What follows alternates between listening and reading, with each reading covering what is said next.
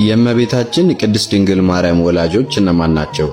ሀ ዘካርያስና ኤልሳቤጥ፣ ለ ኢያቄምና ሐና፣ ሐመሮሃ አብርሃምና ሳራ።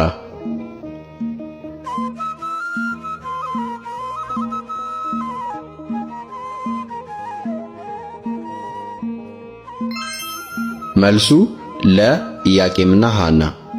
እመቤታችን ቅድስት ድንግል ማርያም ከነገደ ይሁዳ ከሆኑት ከአባታችን ኢያቄምና ከቅድስት ሐና በስዕለት የተገኘች የቃል ኪዳን ልጅ ናት። ጥያቄ ቁጥር 2 ቅዱስ ገብርኤል እመቤታችንን ያበሰራት በስንት ዓመቷ ነበር? ሀ በ12 ዓመቷ፣ ለ በ3 ዓመቷ፣ ሐመሮሃ በ15 ዓመቷ።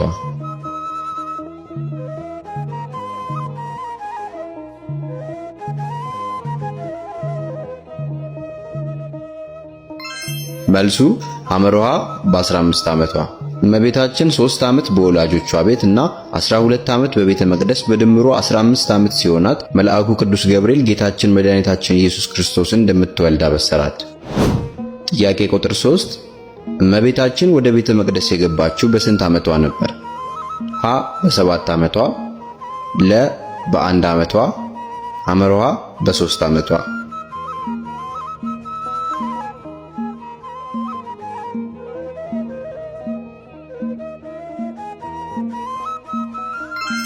መልሱ ሐመሮሃ በ3 ዓመቷ። ወላጆቿ ለፈጣሪ በገቡት ቃል መሰረት ጡት በጣለች ጊዜ በ3 ዓመቷ ለእግዚአብሔር ስጦታ አድርገው ለቤተ መቅደስ አስረክበዋታል። ጥያቄ ቁጥር 4 እመቤታችን ቅድስት ድንግል ማርያም ጌታችንን ጸንሳ ሳለ ዘመዷን ኤልሳቤጥን ለመጠየቅ የሄደችው ወዴት ነበር? ሀ ወደ ናዝሬት፣ ለ ወደ ይሁዳ፣ ሐመሮሃ ወደ ግብጽ።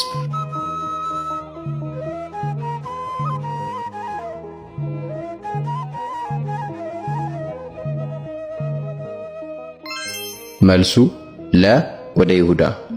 መልአኩ ቅዱስ ገብርኤል ኤልሳቤጥ መጸነሷን በነገራት ጊዜ እመቤታችን ደስታዋን ለመካፈልና ለማገልገል ወደ ይሁዳ ተራራማ ክፍል ተጉዛለች። ጥያቄ ቁጥር 5 የእመቤታችን ዕረፍትና ትንሣኤ የሚታሰበው በየትኛው ወራት ነው? ሀ በኅዳርና በመስከረም፣ ለ በጥርና በነሐሴ፣ ሐመሮሃ በኅዳርና በግንቦት።